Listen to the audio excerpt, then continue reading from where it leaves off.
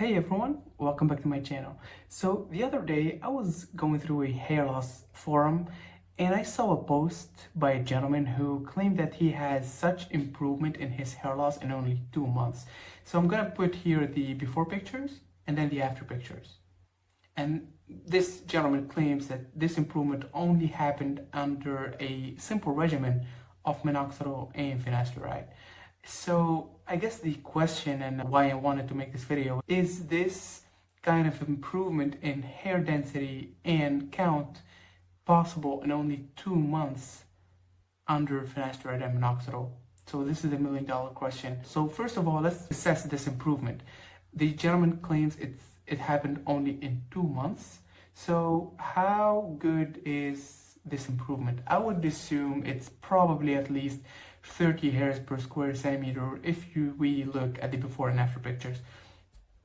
Plus, you can see improvement in hair density.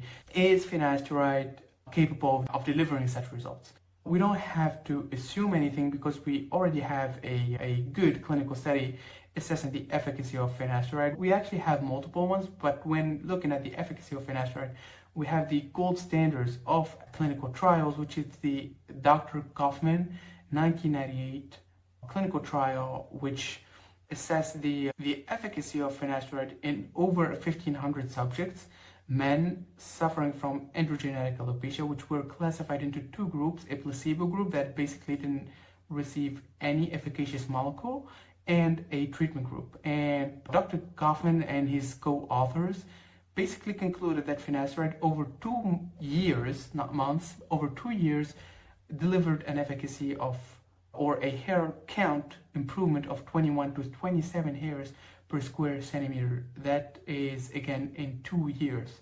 Also, Dr. Kaufman observed an improvement in hair density in those patients that belong to the treatment group, but in no way an improvement of over 30 hairs per square centimeter, which is similar to the improvement that we saw in this gentleman. Even when we mix finasteride with minoxidil, it couldn't possibly deliver such results. So how was this gentleman able to achieve such an improvement in his hair count and density in such a short period of time?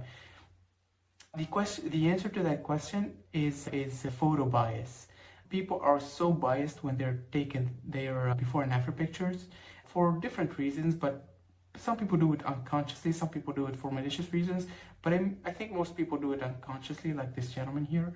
And I think you guys need to be aware of these biases because it can get in the way of you achieving the most optimal regimen to keep your hair. So what does this mean? You are experiencing hair loss, and for different reasons you want to assess the evolution of that hair loss.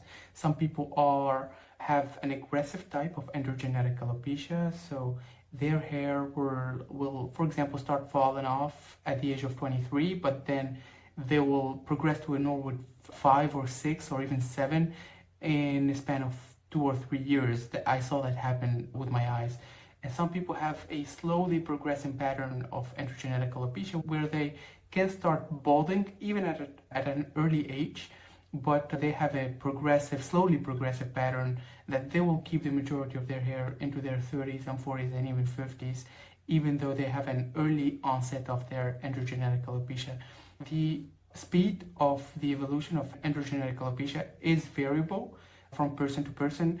Usually we can see that an earlier onset of androgenetic alopecia, especially before the age of 20, is correlated with unfortunately, the more aggressively progressive type of hair loss. But that is not the general formula, and that certainly does not apply to every single patient. So it's really important for different reasons to assess the evolution of your hair loss. For example, to assess whether it's going to be a good time to do a hair transplant, because as you guys know, you can only proceed with a hair transplant when your hair loss is stabilized, even with treatment or naturally. And second of all, if you want to start some kind of pharmacological treatment, you want to obviously and naturally assess the efficacy of that treatment. And you can only do and achieve that by assessing your hair loss and your hair count and density before and after starting to take that treatment. And I think taking pictures is not the most optimal tool to do that, especially if you're not aware of the biases like this gentleman showed in this post. So I'm not posting this video to shit on this guy or to shame him for posting these before and after pictures. Quite the contrary, I salute him for being so contributive to the community, and I'm sure that he posted these pictures in a good faith.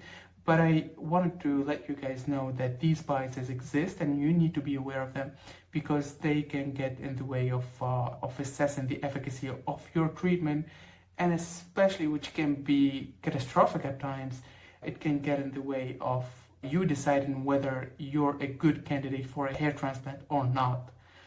What to do? You need to at least make sure to take the before and after pictures for assessing your hair loss evolution in the same room, under the same light, in the same time of the day, with the same camera, obviously. Some things you cannot control, like your hair length, but at least try to keep your hair in the same length when taking these kind of pictures. And obviously the angle, you want to keep the same angle. This is not debatable. Changing the angle can change how your hair looks significantly. And in terms of factors that can make your hair look better or worse instantly without actually changing, I think it's the lightning. You need to have the same lightning. So just to give you an example of how bad this can be, imagine, for example, God forbid, none of you guys, but God forbid, imagine you guys, a patient that has a cancer and he's receiving chemo treatment, and then they're assessing the efficacy of that chemo treatment, not by doing control MRIs or CT scans or PET scans. They're assessing the efficacy of the chemo treatment by how that patient feels. Imagine how bad that would look. Imagine all the biases and the placebo effect that can affect how the patient feels. In no way I'm comparing having cancer to having hair loss, but I just wanted to give you an analogy of how important, when it comes to the medical field, to have an objective assessment tools.